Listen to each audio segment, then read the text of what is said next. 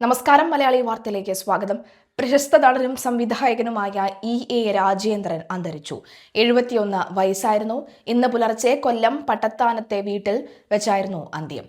അസുഖബാധിതനായ ഏറെ നാളായി ചികിത്സയിലായിരുന്നു അദ്ദേഹം. ജന്മനാടായ തൃശൂർ തൃത്തലൂരിൽ നാളെ സംസ്കാരം നടക്കും. കളിയാട്ടം, പട്ടാഭിഷേകം, തച്ചിലെടുത്ത ചുണ്ടൻ, നരസിംഹം, മീശമാധവൻ എന്നിവയുൾപ്പെടെ നിരവധി സിനിമകളിൽ രാജേന്ദ്രൻ ക്യാരക്ടർ റോളുകളിലും വില്ലൻ റോളുകളിലും അഭിനയിച്ചിട്ടുണ്ട്. നാടകം, സിനിമ എന്നിവയോടൊപ്പം ടെലിവിഷൻ സീരിയലുകളിലും സജീവമായിരുന്നു അദ്ദേഹം. പ്രശസ്ത നാടക അഭിനേതാക്കളായിരുന്ന O. മാധവന്റെയും വിജയകുമാരിയുടെയും മകളായ സന്ധ്യയാണ് രാജേന്ദ്രന്റെ ഭാര്യ. അവരുടെ മകൻ ദിവ്യദർശൻ സിനിമാ അഭിനേതാവ് കൂടിയാണ്. നടനും MLAയുമായ M. മുകേഷിന്റെ സഹോദരി ഭർത്താവാണ് രാജേന്ദ്രൻ.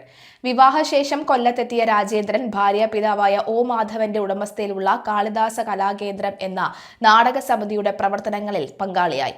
നാടകകൃത്തായ ജോസ് ചിറമലിന്റെ സഹായത്തോടെ രാജേന്ദ്രൻ തന്നെ ആകർഷിച്ച ഒരു റഷ്യൻ നോവൽ നാടകമാക്കി. 1987 ഏറ്റവും മികച്ച നാടകത്തിനുള്ള സംസ്ഥാന സർക്കാരിന്റെ അവാർഡ് ഈ നാടകം നേടുകയുണ്ടായി. പിന്നീട് രാജേന്ദ്രൻ തന്നെയായിരുന്നു കാളിദാസ കലാകേന്ദ്രത്തിന്റെ പ്രധാന ചുമതലക്കാരൻ. തുടർന്ന് 6-7 വർഷം രാജേന്ദ്രനും സന്ധ്യയും തന്നെയായിരുന്നു കാളിദാസ കലാകേന്ദ്രത്തിലെ പ്രധാന അഭിനേതാക്കൾ. ഇക്കാലയളവിൽ സന്ധ്യയ്ക്ക് ഏറ്റവും മികച്ച നാടക നടിക്കുള്ള സംസ്ഥാന സർക്കാർ അവാർഡും ലഭിച്ചിരുന്നു. പൂനം ഫിലിം ഇൻസ്റ്റിറ്റ്യൂട്ടിൽ നിന്ന് പുറത്തുവന്ന രാജേന്ദ്രൻ VR ഗോപിനാഥിന്റെ ഗ്രീഷ്മം എന്ന സിനിമയിൽ അഭിനയിച്ചിരുന്നുവെങ്കിലും പിന്നീട് കുറേ കാലം ചലച്ചിത്ര മേഖലയിൽ നിന്ന് മറ്റ് അവസരങ്ങളൊന്നും ഇദ്ദേഹത്തെ തേടിയെത്തിയില്ല.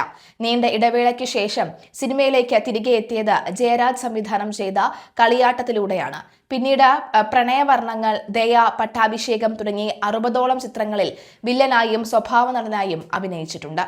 അദ്ദേഹത്തിന്റെ മൃതദേഹം ഇപ്പോൾ വസതിയിലാണുള്ളത്. ശേഷം തൃശ്ശൂരിലേക്കുള്ള സ്വന്തം നാട്ടിലേക്ക് കൊണ്ടുപോകും. അവിടെയാണ് സംസ്കാര ചടങ്ങുകൾ നടക്കുന്നത്.